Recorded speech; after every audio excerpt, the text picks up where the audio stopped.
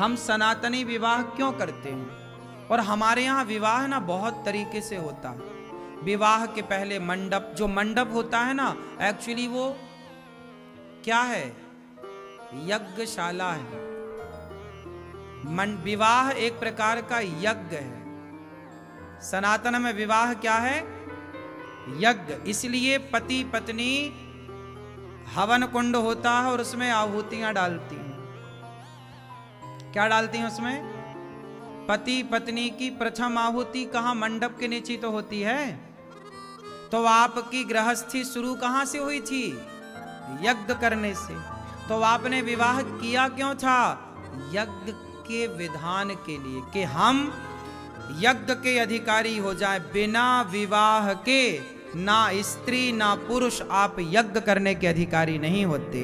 इसलिए विवाह किया जाता है कि हमें यज्ञ करने का अधिकार प्राप्त हो।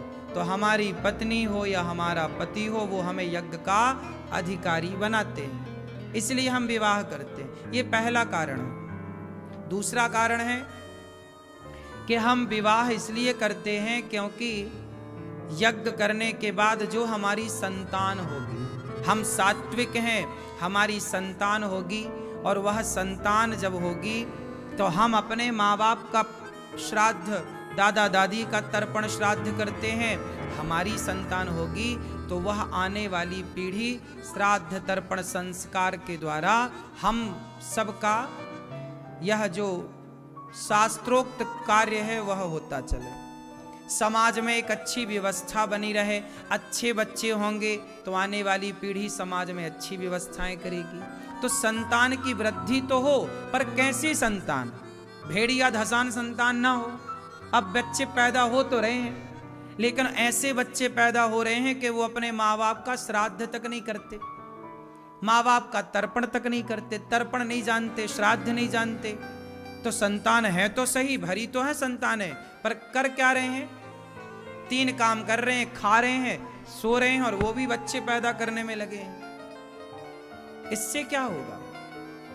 कहते ना, जननी जने तो भक्त जने, या दाता या सूर, या से तो बंध्या भली काहे गवावे नूर। जन्म दिया ही है मैया तो लायक बच्चों को जन्म देना, नालायक को जन्म दे के करोगी क्या? तुम्हारे बच्चे बुढ़ापे में तुम्हारे को गिलास भर पानी नहीं दे रहे हैं, तो ऐसी औलाद पैदा करने से अच्छा है कि ना पैदा करते। अरे चलो किसी को पानी ना दे, कम से कम तुम्हें तो पानी दे। क्यों? तुम्हारा तो ख्याल रखे, ऐसी तो कम से कम संतान हो। तो संतान ऐसी हो, और ऐसी संतान कब होगी? जब आप प्रॉपर संस्कारवान होंगे। यज्ञ, पत्नी बैठे पति बैठे यज्ञ करे, उस यज्ञ के बाद भगवत चिंतन करते हुए गर्भाधान होना चाहिए।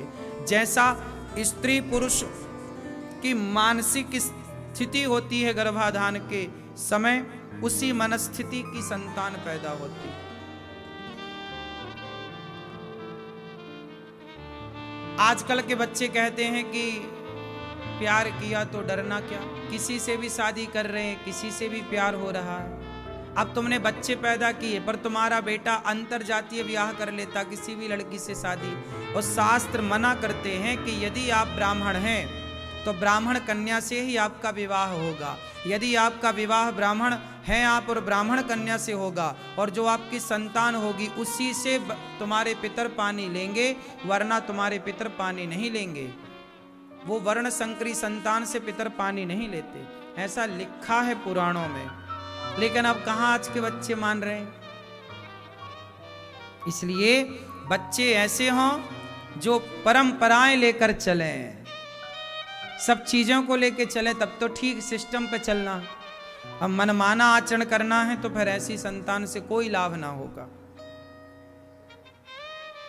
तो विवाह क्यों किया जाता है? यज्ञ के लिए। पत्नी के बिना कोई भी यज्ञ नहीं होता। हम ईश्वर की साथ में मिलकर विवाह इसलिए भी किया जाता है, मन को केंद्रित करने के लिए। विवाह के पहले मन 17 जगह भटकता है, विवाह के बाद एक पत्नी में मन लग जाता है, और मन सबसे हट करके, जैसे किला होता है, किले में हम तो मार सकते हैं पर हमें कोई नहीं मार सकता। पत्नी के साथ रह करके अपने मन को जीतना होता है, मन को कंट्रोल करना होता है। यदि आपने अपनी पत्नी के संग रहकर अपने मन को जीत लिया तब तो पत्नी का फायदा है। अब पत्नी के होते हुए भी तुम नाना प्रकार की स्त्रियों में मन लगा रहे हो, तब तो पत्नी होने का कोई फायदा नहीं। पत्नी का मतलब ही है कि आपका मन सबसे हटकर एक पत्नी में लगे और धीरे से उस पत्नी से भी हटकर परमेश्वर में लग जाए। ये मन को साधना है, इसलिए ब्याह होता है। क्यों? विवाह के बहुत सारे साइंटिफिक कारण हैं। क्यों विवाह करना चाहिए? बहुत सारे कारण हैं। कब विवाह करना चाहिए, कितने वर्ष तक विवाह के बंधन में रहना चाहिए, सब कुछ तो हमारे धर्म ग्रंथों में है। विवाह का कार्यकाल केवल 25 साल का बताया है।